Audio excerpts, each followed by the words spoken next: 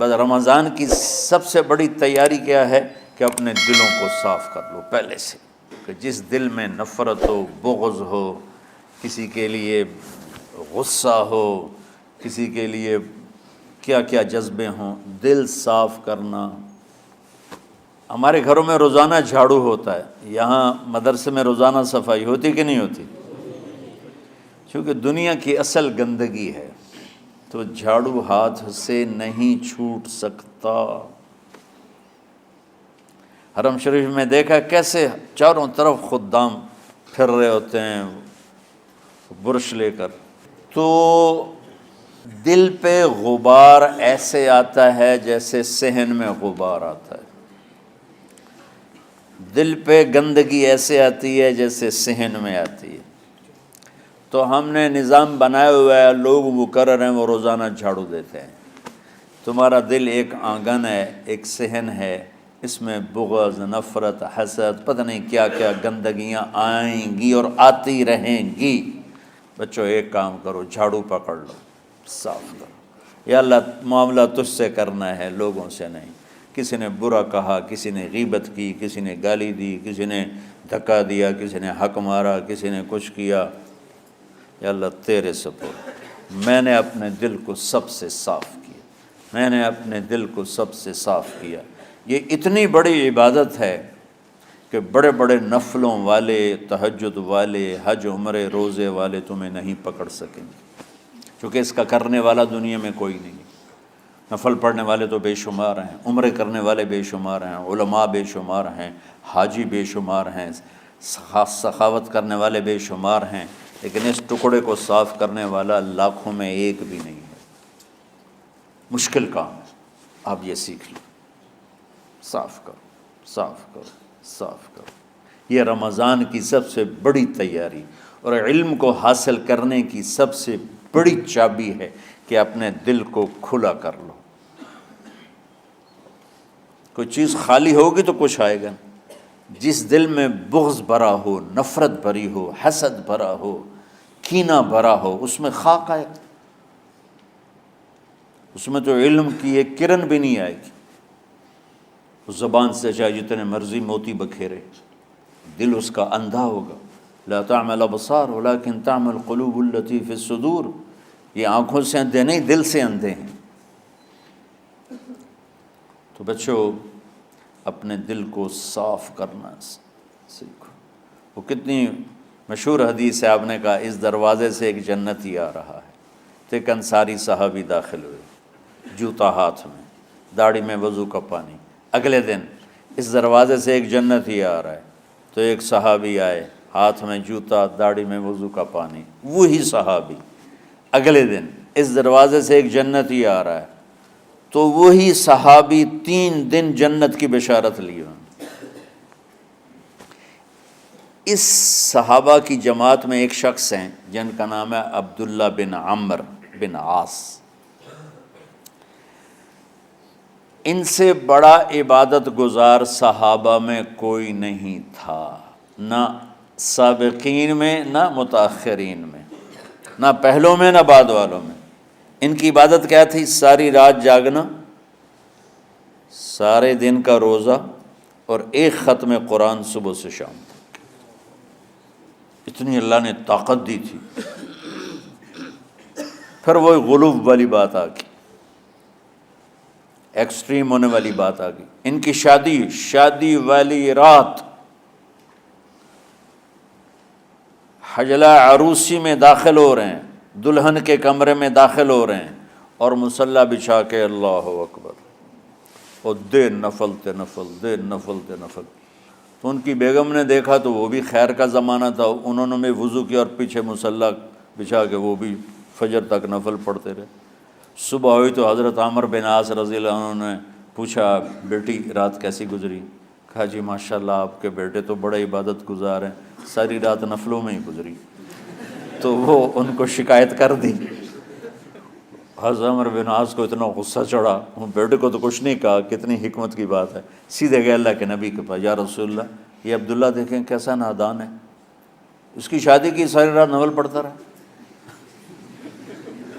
تو آپ کہتے ہیں ماشاءاللہ ماشاءاللہ کتنی بڑی بات ہے۔ نفلوں میں گزر گئی، رات بھی نفلوں میں گزر گئی۔ تو آپ نے حضرت عبداللہ بن عمر کو بلا کے ڈانٹا کہ تو نے مہینے میں 3 دن روزے رکھنے ہیں، بس اس سے زیادہ نہیں رکھنے، اور ہفتے میں 1 قرآن ختم کرنا ہے۔ کہا یا رسول اللہ میرے اندر طاقت زیادہ ہے۔ پھر اچھا 15 دن روزے رکھنے، کہ نہیں میرے اندر طاقت زیادہ ہے۔ آپ اس کو تھوڑا تھوڑا کر کے گھٹاتے رہے، اور وہ ہر دفعہ نہیں یا رسول اللہ میرے اندر طاقت زیادہ ہے۔ تو آخر میں آپ نے کہا اچھا چلو صوم داؤدی پہ آ جاؤ، 1 دن روزہ رکھو، 1 دن افطار کرو، اور 3 دن سے پہلے قرآن ختم نہیں کرنا۔ تو آپ نے اس کو پیچھے کیا۔ یہ بیٹھے تھے اس محفل میں، ان کے دل میں آیا کیا یہ بزرگ مجھ سے زیادہ عبادت کرتا؟ رات میں ساری جاگتا ہوں، دن روزہ رکھتا ہوں، 1 ختم کرتا ہوں، تو جنت کی بشارت تو مجھے ملنی چاہیے تھی، ان کو کیسے مل رہی؟ یہ کسی کتاب میں نہیں لکھا کہ یہ ان کا جذبہ تھا، لیکن جو کہ میں ان کی سیرت کو جانتا ہوں تو مجھے خیال آتا ہے کہ ان کی نفسیات میں یہ بات آئی ہوگی، چونکہ صرف انہی کو خیال آیا کہ میں جا کے دیکھتا ہوں کہ یہ بزرگ کیا کرتے ہیں۔ تو ان کے پاس پہنچ گئے، چاچا، ذرا وہ ادھیڑ عمر تھے، چاچا وہ میرے ابا تھوڑے ناراض ہیں، تو کچھ دن آپ کے پاس گزار لوں؟ کا بیٹا بسم اللہ آ جاؤ۔ اب رات ہوتے ہی عشاء کی نماز پڑھ کے انہوں نے جلدی سے چادر اوپر لی اور یوں سراغ کر کے ان چاچے کو دیکھنے لگے ایسے کر کہ اب یہ کیا ساری رات سجدہ کرے گا، اور ساری رات روتے روتے روتے روتے مصلی گیلا ہو جائے گا، یا ساری رات رکوع کرے گا، ساری رات قیام کرے گا، ساری رات قرآن پڑھے گا، اس تصور سے یوں دیکھ رہے۔ اور وہ بزرگ صحابی تشریف لائے، سرانے پہ سر رکھا، اللہم بسمک اموت و احیا، ہو گئے۔ اب یہ دیکھ رہے ہیں ابھی اٹھیں گے، ابھی اٹھیں گے، ابھی اٹھیں گے، اٹھے نا، فجر کی اذان پہ اٹھے۔ اب یہ تو حیران پریشان ہو گئے کہ یہ کیا ہو؟ اس زمانے میں تو منافق تہجد نہیں چھوڑتے تھے ڈر کے مارے کہ پتہ نہ چل جائے ہمارے کفر کا، تو یہ چاچا جنت بھی لے گیا تو ستا بھی پیا کہ چلو کل دیکھوں گا۔ اگلی رات پھر چادر سر پہ کر کے اور یوں سوراخ کر کے لیٹے ہوئے اور دیکھ رہے۔ چاچا پھر تشریف لائے اور سرانے پہ سر رکھا، اللہم بسمک اموت و احیا، ہو گئے۔ فجر کی اذان پہ اٹھے، یہ اور پریشان ہو گئے کہ میرا نبی کا فرمان تو سچا ہے، اس میں تو شک بھی کفر ہے، لیکن عمل کیا ہے جس پر اس کو جنت کی بشارت ملی؟ 2 رکعت نفل بھی نہیں۔ اور آج کے دور میں تم میں سے ماشاءاللہ اکثر بچے تہجد پڑھتے ہیں کہ 1 رات اور دیکھوں گا، تیسری رات اللہم بسمک اموت و احیا، ہو گئی ساری رات۔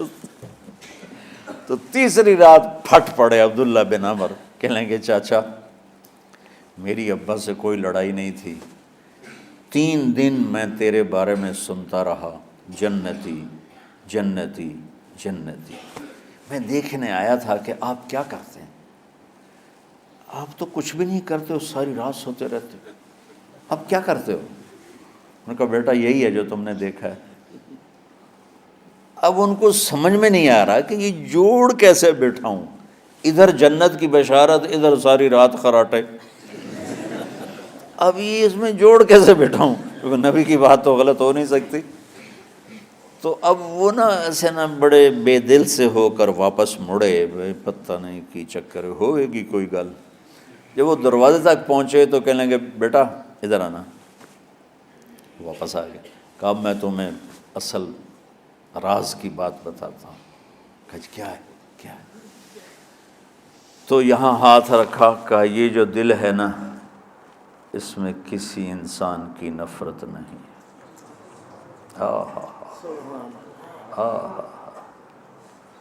اور جب اللہ کسی کو رزق دیتا ہے، عزت دیتا ہے، مجھے کبھی حسد نہیں ہوا، مجھے خوشی ہوتی۔ تو عبداللہ بن عمر نے کہنا تھا ہاں یہ بات ہے، نہیں، انہوں نے کہا ہاذا ہوا، اچھل کے کہنے لگے ہاذا ہوا، ہاں ہاں ہاں ہاں یہی ہے یہی ہے یہی ہے۔ پھر کہنے کہ چاچا پر یہ میرے بس کا نہیں ہے، کون کرے گا یہ؟ اتنے بڑے آدمی ہو کر کہہ رہے ہیں کہ یہ میرے بس کا نہیں۔ تو بچوں، دنیا میں جنتی بننا ہے اور علم اللہ سے لینا ہے تو اسے صاف کر دو، سب کی نفرت سے۔ سب، اس نے مجھے یہ کیوں کہا، اس نے مجھے یوں کیوں دیکھا، اس نے میرے بارے میں یوں کیوں کہا، اس نے میرے بارے میں یہ کیوں لکھا۔ جس کی تعریف ہوتی میری کتنی برائی ہوتی، صرف تعریف تو نہیں ہوتی، بھرا پڑا سوشل میڈیا مجھے گالیاں دیں۔ اللہ کے فضل سے میرے دل میں ایک ذرے کے برابر کبھی کوئی منفی جذبہ نہیں آیا، آئے تو میں دھو کے صاف کر دیتا ہوں، یا اللہ میں نے اپنے دل کو صاف کیا، میرا معاملہ تیرے ساتھ ہے، کسی کے ساتھ نہیں۔ یہی آپ رمضان کی سب سے بڑی تیاری، علم کے حاصل کرنے کا سب سے بڑا ہتھیار آپ کو یہ نہیں ہے کہ تمہیں کتابیں یاد ہو جائیں، تمہیں اشعار یاد ہو جائیں۔ تو ساری امت سے کہتا ہوں رمضان کا استقبال کرو، دلوں کو صاف کر کے، نفرتوں کو مٹا کے، مذہبی نفرت، دنیاوی نفرت، رشتوں کی نفرت، بول چال کی نفرت، سیاست کی نفرت، لین دین کی نفرت، ان سب سے اپنے دل کو صاف کرو تاکہ رمضان میں اللہ نے علم اتارا، اللہ تعالیٰ آپ کو علم عطا فرمائے، اور باقی لوگ جو عام دنیا میں زندگی گزار رہے ہیں ان کے دلوں میں اللہ رمضان کا نور اتارے اور ہدایت کا نور اتارے۔ یہ سب سے بڑی تیاری ہے اس کی۔ اور کسی سے گلہ ہے، غصہ ہے، ناراضگی ہے، کسی سے بولتے نہیں ہو، ابھی سے شعبان آ چکا ہے، آپ شعبان سے رمضان کی تیاری شروع فرما دیتے تھے، تو اس کی تیاری کیا ہے؟ وہ دلوں کو صاف کرو، معاف کرو، معافی مانگو، تمہارا قصور نہیں پھر بھی معافی مانگ لو، دلوں کو صاف کرو، اور اللہ سے سخاوت مانگو کہ اللہ کو سخی بھی پسند ہے اور صاف دل والا بھی پسند ہے۔